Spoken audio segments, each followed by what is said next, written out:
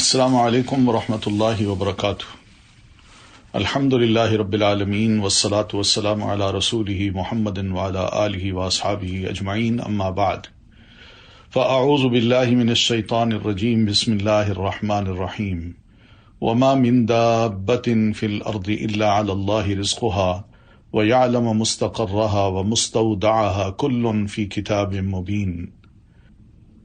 12واں پارہ اور سورہ ہود کی آیت نمبر 6 سے یہ شروع ہوتا ہے، وہاں سے انشاءاللہ ہم اس کا آج آغاز کر رہے ہیں۔ اللہ تعالیٰ فرماتے ہیں وما من دابۃ فی الارض، زمین میں چلنے والا کوئی جاندار ایسا نہیں جس کا رزق اللہ کے ذمہ نہ ہو۔ یہ اللہ کا پکا وعدہ ہے اور سچی ضمانت ہے، یہ اللہ کا فضل اور اس کی مہربانی ہے، ورنہ اللہ تعالیٰ پر کوئی فرض نہیں ہے کہ وہ ہمیں رزق دے۔ یہ اس لیے بھی کہا گیا تاکہ ضمانت کو مزید پختہ کر دیا جائے، کیونکہ جب اللہ تعالیٰ نے اس کا وعدہ کر دیا ہے تو یہ ضرور ہو کر رہے گا، اور اللہ اپنے وعدہ کی خلاف ورزی نہیں کرتا۔ رازق اللہ ہے، ہماری اس رزق کی فکر اللہ تعالیٰ کو ہے۔ ہمیں رزق کی فکر نہیں ہونی چاہیے، ہمیں اللہ کی فکر ہونی چاہیے کہ وہ اتنا کچھ کر رہا ہے، ہم بھی اس کے بندے بن رہے ہیں کہ نہیں۔ تو یہاں پتہ یہ چلتا ہے کہ ہر انسان کا رزق اللہ تعالیٰ نے وَيَعْلَمُ مُسْتَقَرَّهَا وَمُسْتَوْدَعَهَا، وہ اس کی قرار گاہ کو بھی جانتا ہے اور دفن ہونے کی جگہ کو بھی، یعنی رزق بھی مقرر ہے اور یہ بھی پتہ ہے کہاں جائے گا بندہ۔ رزق سے بھاگا نہیں جا سکتا، رزق بندے کے پاس آ کے رہے گا، وہ اس کو پائے گا۔ باقی یہ ہے کہ رہنا کہاں ہے، سہنا کہاں ہے، کہاں گھر بنے گا، کہاں انسان فوت ہوگا اور کہاں دفن ہوگا، اللہ کہتے ہیں وہ بھی میں جانتا ہوں۔ تو اس لیے اسلاف یہی کہا کرتے تھے کہ جس کی فکر ہم کرتے ہیں وہ ہے یہی کھانا پینا کہاں سے ہوگا، حالانکہ اس کی ذمہ داری اللہ نے لے رکھی ہے، اور اللہ تعالیٰ نے ہم پر جو ذمہ داری عائد کی ہے ہم اس کو بھولے ہوئے ہیں، اور وہ کیا ہے کہ ہم اس کے بندے بنیں، اس کی عبادت کریں۔ اور فرمایا کل فی کتاب مبین، پچھلی آیت کہ وَيَعْلَمُ مُسْتَقَرَّهَا وَمُسْتَوْدَعَهَا، وہ اس کی قرار گاہ کو بھی جانتا ہے اور دفن ہونے کی جگہ کو بھی۔ یہ سب کچھ واضح کتاب یعنی لوح محفوظ میں لکھا ہوا موجود ہے، پہلے سے ڈیسائیڈڈ ہے۔ بس وَهُوَ الَّذِي خَلَقَ السَّمَاوَاتِ وَالْأَرْضَ فِي سِتَّةِ أَيَّامٍ، وہی تو ہے جس نے آسمان اور زمین کو 6 دنوں میں پیدا کیا، اور اس وقت اس کا عرش پانی پر تھا۔ وہ کن کہہ کے بھی زمین و آسمان کو بنا سکتا تھا، کیونکہ اس کے لیے کوئی مسئلہ نہیں ہے، مگر 6 دن اس نے ذکر اس لیے کیے ہیں، یہ اس کے اپنے ہیں۔ ہم اگر ذرا سوچیں تو شاید ہماری عقل میں یہ بات بیٹھ جائے، یہ سمجھ آ جائے کہ کسی بڑے اور اہم کام کو اور پختہ کام کو کرنے کے لیے اگر تھوڑا سا وقت لگ جائے تو وہ لگا لیا جائے، تاکہ ایک کام جب ہو تو ایسا نہ ہو کہ مکان بن جائے اور بعد میں اس کی چھتیں جو ہیں فوراً بعد وہ لیک کر رہی ہوں۔ تو یہ سب چیزیں ایسی ہوتی ہیں جس پہ بڑا وقت لگتا ہے۔ ہم مکان بناتے ہیں، کوئی اور پروجیکٹ بناتے ہیں تو اس پہ وقت لگتا ہے، اس لیے سوچا جاتا ہے کہ خدا نہ خواستہ جلد بازی میں وہ ایسا نہ ہو کہ پروجیکٹ ناکام ہو جائے۔ تو یہ ہمیں اصل میں اللہ تعالیٰ نے ایک سوچ دی ہے کہ میں بھی کون کہہ کے بنا سکتا تھا، مگر 6 دنوں کا میں ذکر اس لیے کرتا ہوں کہ آسمان و زمین کی تخلیق خود دیکھو، کوئی معمولی تخلیق ہے۔ یہ کتنی بڑی چھت ہے جو بغیر ستونوں کے کھڑی ہے آسمان کی، اور پھر اس کے اندر سورج، چاند، ستارے، گلیکسیز، اور پھر زمین، پھر سولر سسٹم، یہ سب ایسی چیزیں ہیں جن کو اگر ہم دیکھیں تو پتہ چلتا ہے کہ واقعی تھوڑا سا سبق ہمیں ملتا ہے کہ دماغ کو کوئی منصوبہ شروع کرنے سے پہلے ہم ذرا استعمال کر لیں، وقت لگا لیں تاکہ وہ کام بہتر ہو، پختہ ہو۔ وَكَانَ عَرْشُهُ عَلَى الْمَاءِ، اور اس وقت اس کا عرش پانی پر تھا۔ کیوں بنایا یہ؟ لِيَبْلُوَكُمْ أَيُّكُمْ أَحْسَنُ عَمَلًا، تاکہ تمہیں آزمائے کہ تم میں سے کون اچھے عمل کرتا ہے۔ یہ سب کچھ ہمارے لیے بنا ہے۔ اللہ تعالیٰ خود فرماتے ہیں سَخَّرَ لَكُم مَّا فِي السَّمَاوَاتِ وَمَا فِي الْأَرْضِ، زمین و آسمان میں جو کچھ ہے اللہ فرماتے ہیں انسان میں نے تیرے لیے مسخر کر دیا ہے، تم اس سے فائدہ بھی اٹھاؤ اور ان سے کام بھی لو۔ لیکن میں صرف یہ دیکھنا چاہتا ہوں کہ اس دنیا میں رہ کے تم میں کون ہے جو احسن عمل کرتا ہے۔ ایک ہوتا ہے عمل کرنا، اچھا عمل کرنا، ایک ہوتا ہے بہت ہی اچھا عمل کرنا، اور بہت ہی اچھے عمل میں بندے کی پوری توجہ ہوتی ہے، پورا اخلاص ہوتا ہے اور پوری ڈیڈیکیشن ہوتی ہے، تب جا کے کچھ بہتر نتائج نکلتے ہیں۔ تو اللہ تعالیٰ اس چیز کو پسند کرتا ہے۔ وَلَئِن قُلْتَ، اور اگر آپ انہیں کہیں کہ تم موت کے بعد اٹھائے جاؤ گے، تو کافر نہ ماننے والے فوراً کہنے لگتے ہیں کہ یہ تو صریح جادو ہے کہ ہم مر کے مٹی مٹی ہو جائیں اور دوبارہ ہم جئیں، ایسا مسئلہ نہیں ہے۔ تو یہاں احسن عمل کے لیے یہ بھی یاد رکھیے، علماء نے یہ بات لکھی ہے کہ کوئی بھی عمل اس وقت تک احسن نہیں ہو سکتا، اچھا نہیں ہو سکتا، جب تک کہ وہ اللہ سبحانہ و تعالیٰ کے لیے خالص نہ ہو اور وہ اچھا عمل رسول اللہ صلی اللہ علیہ وسلم کی شریعت کے مطابق نہ ہو۔ تو جب یہ دو شرائط کسی بھی عمل میں پائی جائیں گی تو وہ احسن عمل ہوگا، اور اگر دو شرائط میں ایک شرط بھی نہ پائی جائے تو وہ عمل ضائع ہو جائے گا، باطل ہو جائے گا، اس کی کوئی ویلیو نہیں ہے۔ وَلَئِنْ أَخَّرْنَا عَنْهُمُ الْعَذَابَ إِلَىٰ أُمَّةٍ مَّعْدُودَةٍ، اور اگر ہم ایک خاص مدت تک ان سے عذاب کو مؤخر کر دیں، جو یہ کہتے ہیں کہ عذاب کیوں نہیں آ رہا، تو کہنے لگتے ہیں کہ کس چیز نے اس عذاب کو روک رکھا ہے، کیوں نہیں آتا؟ ہم تو نہ کر رہے ہیں، ہم تو مخالفت کر رہے ہیں، ہم تو جتھا بندیاں کرتے ہیں، ہم تو لڑائی لڑنے کے لیے بھی تیاریاں کر رہے ہیں، تو ہم پر عذاب کیوں نہیں آتا؟ دیکھو جس دن وہ عذاب آ گیا نا تو پھر وہاں سے ٹلے گا نہیں، اور وہی چیز انہیں گھیر لے گی جس کا وہ مذاق اڑایا کرتے تھے۔ دنیا میں ہم دیکھتے ہیں کیا کچھ ہو رہا ہوتا ہے کہ انسان اپنی کیا حفاظت کے ساز و سامان بناتا ہے، تیاریاں کرتا ہے، محنت کرتا ہے، سب کچھ بن جاتا ہے، اس میں ایڈجسٹ ہوتا ہے، تو اچانک ہی کوئی ایسی شے آ جاتی ہے، زلزلہ آ جاتا ہے، سائیکلون آ جاتا ہے، اور مکان، علاقے، بندے تک غائب ہو جاتے ہیں، پتہ نہیں چلتا۔ وَلَئِنْ أَذَقْنَا الْإِنسَانَ مِنَّا رَحْمَةً، اگر ہم کسی انسان کو اپنی رحمت کا مزہ چکھائیں پھر وہ اس سے چھین لیں تو مایوس ہو کر ناشکری کرنے لگتا ہے، کہتا ہے نہیں مجھ سے یہ کیوں چھینی ہے، جبکہ اس کے پاس بہت سی نعمتیں ہوتی ہیں، تو ان نعمتوں کی ناشکری کرتا ہے۔ وہی کوئی بات نہیں، ایک آدھ لے لی ہے تو باقی تو دی ہے نا، بندہ انہی کے بارے میں تو سوچے، تو اتنی مایوسی کیوں کہ اللہ تعالیٰ نے مجھے بڑی اچھی چیز نواز کے پھر مجھ سے چھین لی؟ اور نہیں بھائی، تھوڑا سا ٹیسٹ ہوتا ہے تمہارا۔ وَلَئِنْ أَذَقْنَاهُ نَعْمَاءَ بَعْدَ ضَرَّاءَ، اور اگر کوئی مصیبت آنے کے بعد ہم اسے نعمتیں عطا کریں تو کہتا ہے میرے تو دکھ دور ہو گئے، پھر وہ اترانے اور تکبر کرنے لگتا ہے۔ جتنی تکلیف دہ چیزیں تھیں وہ ساری ختم ہو گئیں، اب تو میں بالکل ہی بڑے عیش سے اور مزے سے رہ رہا ہوں، اور پھر اتراتا ہے دوسروں کے سامنے اور تکبر کرتا ہے۔ یہ انسان کا حال ہے کہ خوشحالی ہو تو بڑا خوش ہے، خوشحالی کے بعد تکلیف ذرا پہنچے تو وہ آئندہ آنے والا جو وقت ہے اس میں بھی خوشحالی ملنے سے مایوس ہو جاتا ہے، اور ان تکالیف سے پہلے اللہ تعالیٰ نے اس پر جو انعامات کیے ہوتے ہیں ان کو بھول جاتا ہے، ان کی ناشکریاں کرتا ہے، اور پھر جب تکالیف دور کر کے اللہ تعالیٰ خوشحالی نصیب کرتا ہے تو سمجھتا ہے کہ اب مستقبل میں کوئی تکلیف نہیں پہنچے گی، اور پھر وہ اسی پہلی حالت پہ واپس آ جاتا ہے جس میں پہلے تھا۔ إِلَّا الَّذِينَ صَبَرُوا وَعَمِلُوا الصَّالِحَاتِ، مگر ان قباحتوں سے وہ لوگ مستثنا ہیں جنہوں نے صبر کیا اور اچھے عمل کیے، ایسے ہی لوگوں کے لیے مغفرت اور بہت بڑا اجر ہے۔ یعنی مصائب کے چھٹ جانے کا انتظار کرنا بھی صبر ہے، حقیقت ہے، یعنی انسان بے صبرا نہ ہو۔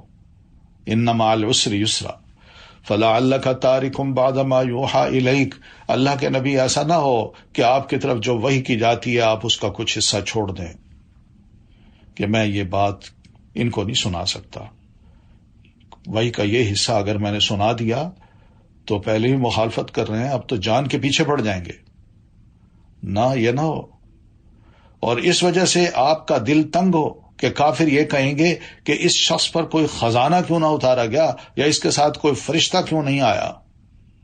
نہیں، آپ سنائیں، یہ تو اعتراضات ہیں اور برائے اعتراضات ہیں. یعنی یہ نہیں ہے کہ کوئی بندے آپ کی حقیقت کو یا آپ کے ماضی کو نہ جانتے ہوں اور جو کچھ آپ کہہ رہے ہیں یہ واقعی نہ کہیں کہ بھئی واقعی ایسا کلام ہے کہ جس کا اثر ہماری ذات پر بھی ہوتا ہے اور دوسروں پر بھی ہوتا ہے. یہ ڈھیٹ پن ہے ان کا جو اس طرح کے سوال کرتے ہیں کہ جناب آپ اللہ کے اگر نبی ہیں تو وہی کو چھوڑیں, کوئی خزانہ کیوں نہیں اتارا گیا مکہ میں, یا کم از کم آپ کے ساتھ کوئی فرشتہ تو ہوتا. آپ ان کو بتائیے انما انت نذیر, کہ آپ تو محض ڈرانے والے ہیں, وارنر ہیں نہ ماننے والوں کے لیے. واللہ علی کل شیء وکیل, اور ہر چیز پر اللہ تو با اختیار ہے. یعنی اللہ تعالیٰ کے پاس اختیار ہے سب, وہی مختار کل ہے, وہی نگران ہے, وہ جو کچھ چاہے کر سکتا ہے. ام یقولون افتراہ, یا یہ وہ کہیں کہ اس نے یہ قرآن خود گھڑ لیا ہے. آپ ان سے کہیے کہ اگر تم اپنے اس دعویٰ میں سچے ہو تو تم بھی اس جیسی 10 صورتیں گھڑ لاؤ, اور اللہ کے سوا جس چیز کو تم بلا سکو بلا لو. چلے میں نے گھڑا ہے تو میں اکیلا آدمی ہوں نا, تم تو مجھ سے زیادہ بولنے والے ہو, بہترین سپیکر ہو, شاعر ہو, سب کو بلا لو, سپیکرز کو بھی بلا لو, اور میرے اس قرآن کے مقابلے میں تم صرف 10 صورتیں لے آؤ. فَإِن لَّمْ يَسْتَجِيبُوا لَكُمْ, پھر اگر وہ آپ کے اس چیلنج کا جواب نہ دے سکیں تو فَاعْلَمُوا, تو سب جان لیں, انما انزل بعلم اللہ, کہ یہ قرآن اللہ کے علم سے اتارا گیا ہے. یعنی اللہ کا جو علم ہے وہ علم لے کے یہ قرآن اترا ہے. اس میں ماضی کے بھی واقعات ہیں, حال کے بھی بتائے جا رہے ہیں, اور مستقبل کیا ہوگا وہ بھی بتایا جا رہا ہے. اور وَلَا إِلَٰهَ إِلَّا هُوَ, اور یہ کہ اس کے سوا کوئی معبود برحق نہیں. فَهَلْ أَنْتُمْ مُسْلِمُونَ, پھر کیا تم اس امر حق کے سامنے تسلیم کرنے والے ہو یا سر تسلیم خم کرنے والے ہو؟ یہ حق ہے بھائی, تو اس حق کو نہ جھٹلاؤ, تم اس کا مقابلہ نہیں کر سکتے. من کان یرید الحیات الدنیا, جو شخص دنیا کی زندگی اور اس کی زینت چاہے تو ہم ایسے لوگوں کو دنیا میں ہی ان کے اعمال کا پورا بدلہ دے دیتے ہیں.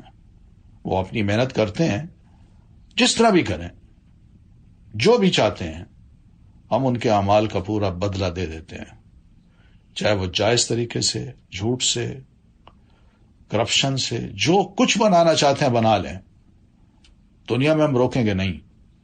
وَهُمْ فِيهَا لَا يُبْخَسُونَ, اور وہ دنیا میں گھاٹے میں نہیں رہتے, بہت کچھ ان کو مل جاتا ہے. اولئک الذین, مگر یہی لوگ ہیں جن کا آخرت میں آگ کے سوا کچھ حصہ نہیں. بس کیونکہ انہوں نے دنیا کے لیے سب کچھ کیا, اسی کے لیے جیے, دین کو اپنی لائف سے مائنس کیا ہوا تھا, رسول کو نہیں مانا, قرآن کو نہیں مانا, اللہ کی تعلیمات پر عمل نہیں کیا, تو آخرت کے لیے انہوں نے کیا جوڑا ہے؟ وَحَبِطَ مَا صَنَعُوا فِيهَا, اور جو کچھ انہوں نے دنیا میں بنایا وہ سب برباد ہو جائے گا, وہ تو ظاہر تقسیم ہو جائے گا, اور جو عمل کرتے رہے وہ بھی بے سود ہوں گے. تو یہ بہرحال اس میں ریاکاری بھی آ جاتی ہے, کیونکہ ریاکاری کرنے والوں سے بھی کل قیامت کو کہا جائے گا. حدیث میں ہے کہ تم نے روزے رکھے, نمازیں پڑھی, صدقات کیے, جہاد کیا اور قرآن کی تلاوت بھی کی, کیوں؟ تاکہ ان میں تمہاری شہرت ہو سکے. پھر تمہاری شہرت کے لیے یہ لفظ کہہ دیے گئے, جو فلاں بڑا قاری ہے, فلاں بڑا عابد ہے, فلاں بڑا جنرس ہے. پھر آپ نے فرمایا یہ سب سے پہلے لوگ ہوں گے جن کو جہنم میں سب سے پہلے ڈال کر ان سے جہنم کو بھڑکایا جائے گا, ریاکاروں کو. سیدنا ابو ہریرہ رضی اللہ تعالیٰ عنہ نے جب یہ روایت بیان کی تو بہت روئے, زاروں قطار روئے, کہ اللہ ہمیں ایسے لوگوں میں شامل نہ کرنا.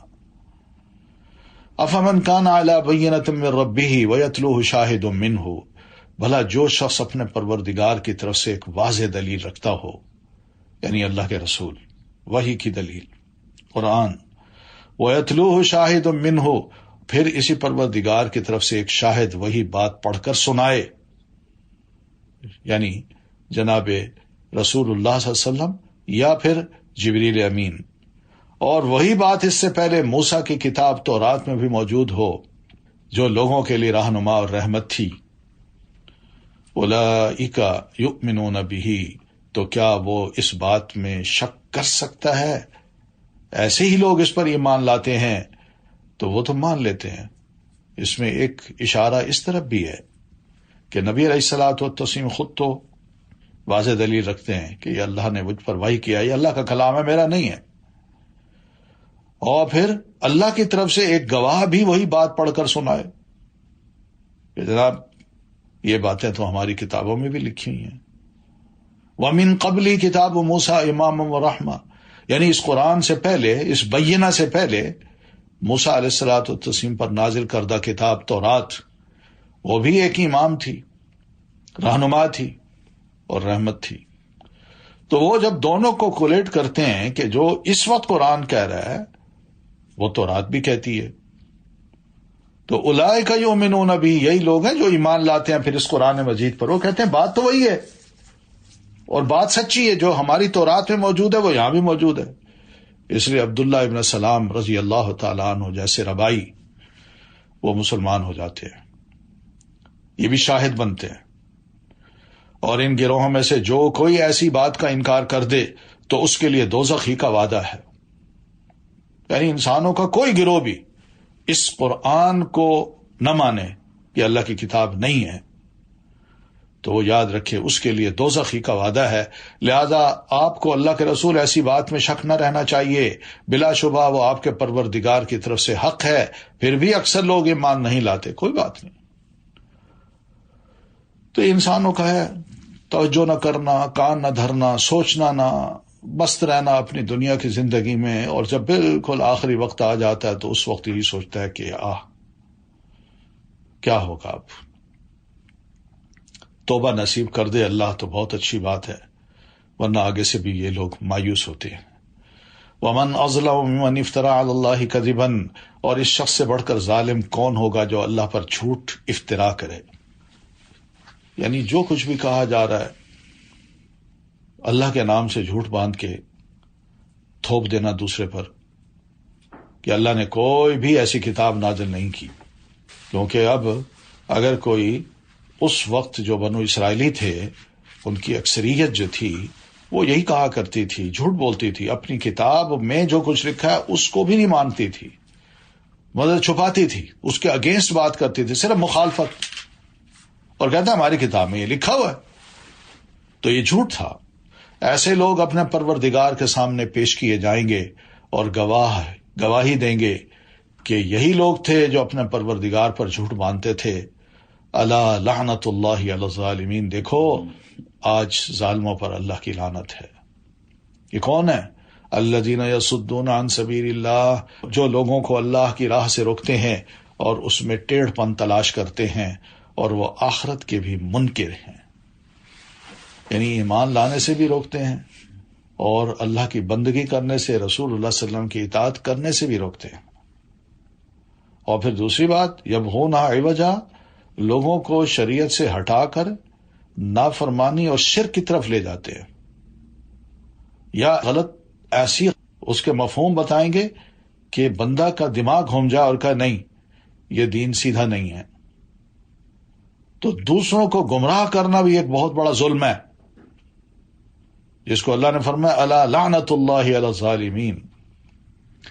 اس لیے یہ کہا جاتا ہے کہ نافرمانیاں کر کے اپنی جان پر ظلم کرنے سے بچو، یا دوسرے لوگوں کو گمراہ کر کے ان پر ظلم کرنے سے بچو۔ یہ دونوں صورتیں اس آیت کو سامنے رکھ کے سامنے آتی ہیں۔ اولئک لم یکونوا معجزین فی الارض، یہ لوگ زمین میں اللہ کو بے بس کرنے والے نہ تھے، یعنی اللہ کے دین کو کیا بگاڑ سکتے ہیں، اور نہ ہی اللہ کے مقابلے میں ان کا کوئی حامی ہوگا۔ کون مقابلہ کر سکتا ہے دین کا، اور اللہ کا دین ہو۔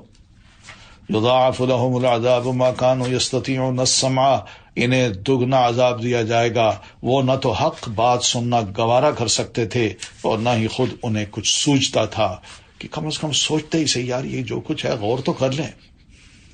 اولئک الذین خسروا انفسهم، یہی لوگ ہیں جنہوں نے اپنے آپ کو نقصان پہنچایا، انکار کر کے، نہ مان کے، نہ سوچ کے، اور جو کچھ وہ افتراء پردازیاں کرتے تھے سب انہیں بھول جائیں گی اس سزا کے مقابلے میں۔ لا جرم، اس میں کوئی شک نہیں کہ آخرت میں یہی سب سے زیادہ نقصان اٹھانے والے ہیں۔ دیکھیے، انکار، روکنا، غلط پروپیگنڈا کرنا اور پھر دین کے بارے میں ایسی ایسی باتیں کرنا کہ لوگوں کے دل دین کے بارے میں ٹیڑھے ہو جائیں. ان الذین آمنوا وعملوا الصالحات، یقیناً وہ لوگ جو ایمان لائے اور اچھے عمل کیے اور اپنے پروردگار کے حضور گڑ گڑائے، اولئک اصحاب الجنہ، یہی لوگ جنتی ہیں جس میں وہ ہمیشہ ہمیشہ رہیں گے. تو یہ گڑ گڑانا اور عاجزی کرنا یہ ایک مومن آدمی کی جو عمل صالح کرتا ہے اس کی خصلت بن جاتی ہے. اخبات کا جو لفظ ہے وہ اخبتوا الی ربہم، اس کا ویسے تو عربی میں معنی ہے مساوی ہونا، خبط سے لیا گیا ہے. خبط کہتے ہیں ہموار اور وسیع زمین کو. تو اخبات عربی میں کس کو کہتے ہیں کہ دل میں جمے ہوئے خوف کی وجہ سے پیدا ہونے والی خشیت کو کہتے ہیں. تو خشوع اور اطمینان یا اللہ سبحانہ و تعالی کے لیے دائمی عاجزی اختیار کرنا یہ اخبات کہلاتا ہے. یہ نہیں ہوتا کہ صرف ایمان اور عمل صالح پر مومن اترا جائے، نہیں، اس کے آگے اس کو عاجزی کو بھی پیش نظر رکھنا چاہیے کہ اللہ کی یہ سب دین ہے، اس کی مہربانی ہے، اس کا فضل ہے، ورنہ میں کیا ہوں. مثل الفریقین کالاعمی، ان دونوں فریقوں کی مثال، نہ ماننے والوں کی اور ماننے والوں کی، ایسی ہے جیسے ایک تو اندھا اور بہرا ہو اور دوسرا دیکھنے والا بھی اور سننے والا بھی. کیا یہ دونوں برابر ہو سکتے ہیں؟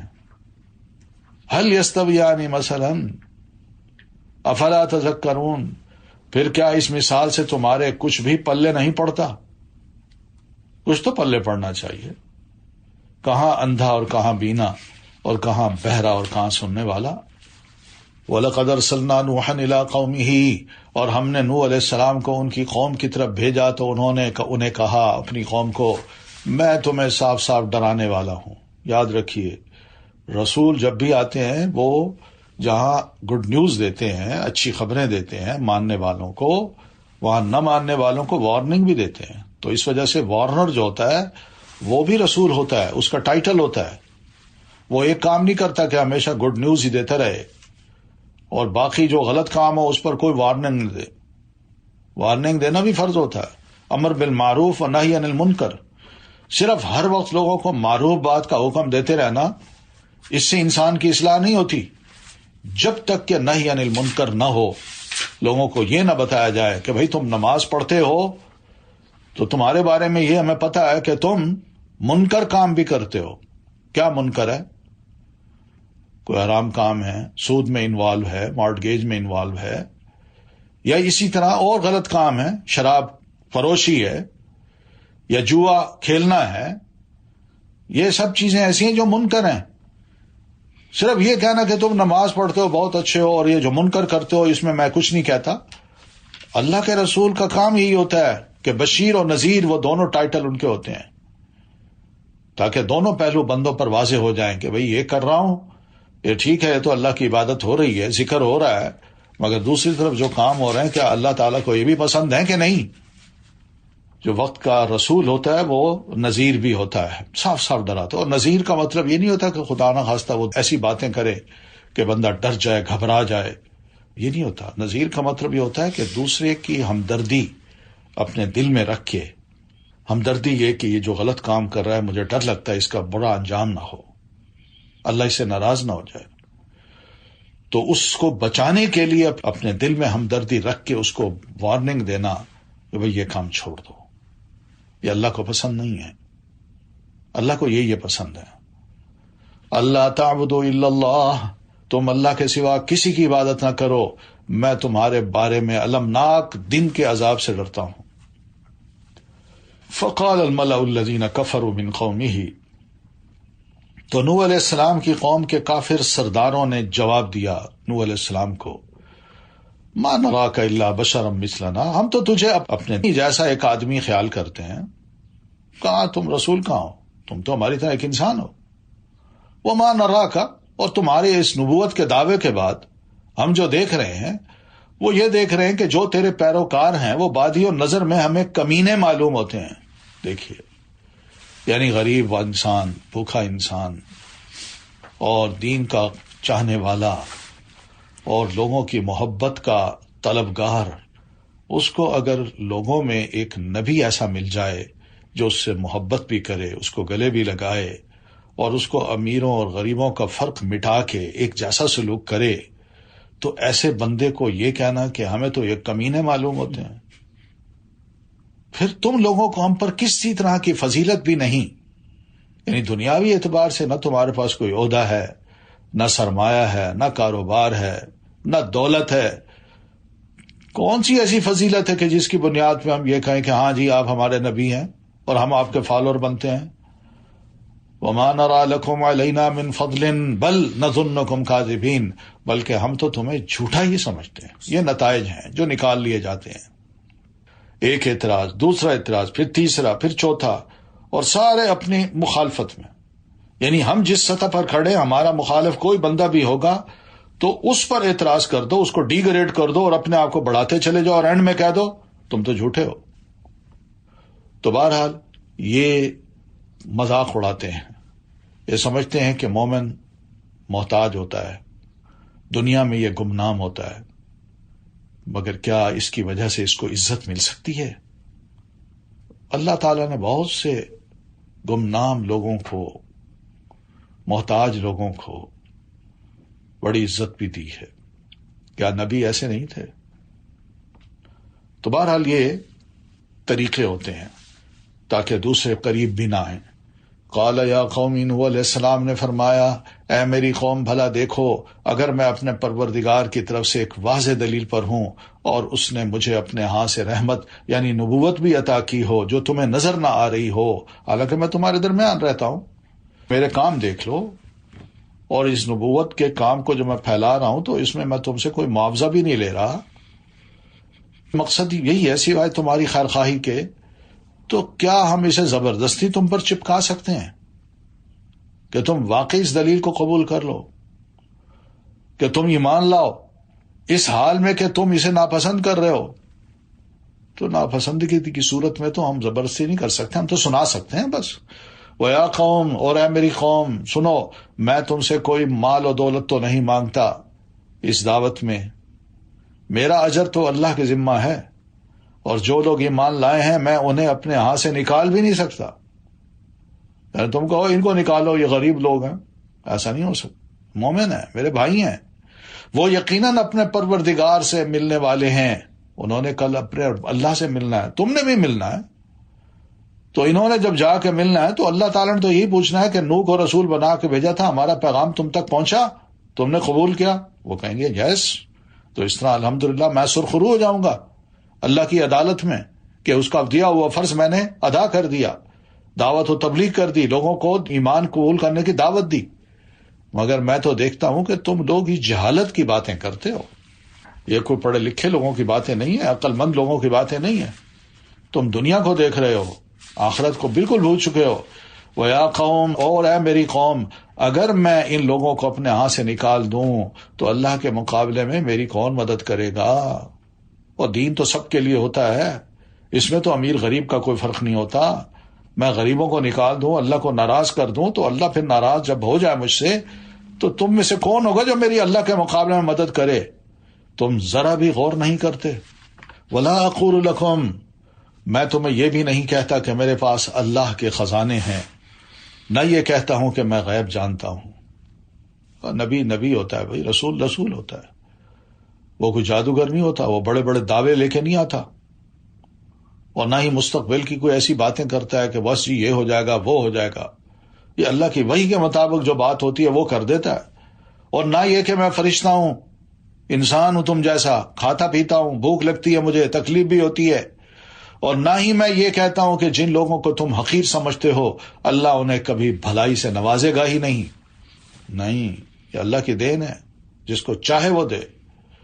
اللہ عالم بما فی انفسہم، جو ان کے دلوں میں ہے وہ تو اللہ ہی خوب جانتا ہے کہ ایمان ہے یا کفر ہے، مگر انہوں نے ایمان کا اظہار کر دیا، اللہ کو پتہ ہے، اگر میں خدا نخواستہ ان کے اس ایمان کو قبول نہ کروں تو انی اذا لمن الظالمین، تو اگر میں ان سب باتوں میں سے کوئی تمہاری بات مان لوں یا میں ان باتوں میں سے کوئی بھی بات پبلک کو کہوں کہ میں یہ کام جانتا ہوں، خزانے ہیں میرے پاس، غیب کا علم جانتا ہوں، میں فرشتہ ہوں، مجھ سے گناہ نہیں ہوتے، میں پاک ہوں، تو یقیناً میں ظالموں میں سے ہو جاؤں گا۔ یہ باتیں میں نہیں کر سکتا، نبی ایسی باتیں کرتا ہی نہیں ہے۔ یہ تو پبلک ہے جو ایسی بنا دیتی ہے، غلوب میں آ کے نبی کو معلوم نہیں کیا کیا بنا دیتی ہے۔ نبی کیا، نبی کے بعد بھی امت کے جو نیک افراد ہوتے ہیں ان کو بھی معلوم نہیں انسان کتنا بڑھا چڑھا کے پیش کر دیتا ہے۔